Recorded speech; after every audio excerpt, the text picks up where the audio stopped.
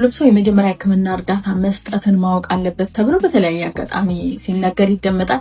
ይሁንና እኔን ጨምሮ አንዳንዶቻችን ለዚህ መልእክት ብዙም ትኩረት ስንሰጠው አይስተዋልም። የመጀመሪያ ሕክምና እርዳታ መስጠትን ማወቅ ምን ያህል ጠቀሜታ እንዳለው የተረዳውበትን አንድ ታሪክ ላካፍላችሁ።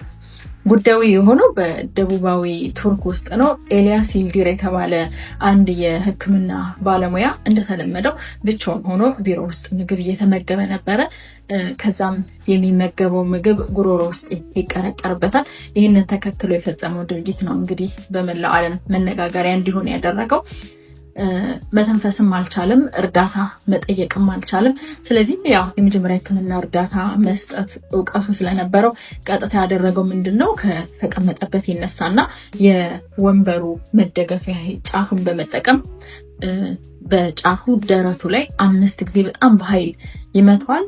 በዚህ አጋጣሚ እንግዲህ ጉሮሮ ላይ የተቀረቀረው ምግብ እንደወጣ ነው እንግዲህ በሲሲቲቪ የተቀረጸው ካሜራ ምስል የሚያሳየው። ከኤልያስ እንደተማርነው እንግዲህ የመጀመሪያ ሕክምና እርዳታ አሰጣጥን ማወቅ ለራሳችን ከፍተኛ የሆነ ጥቅም አለው፣ ሌሎችንም ለማገዝ እንደሚረዳ ነው እንግዲህ የተረዳሁት። እናንተስ ምን ትላላችሁ? ያላችሁን ሀሳብ እስኪ ኮሜንት ላይ ጻፉልኝ።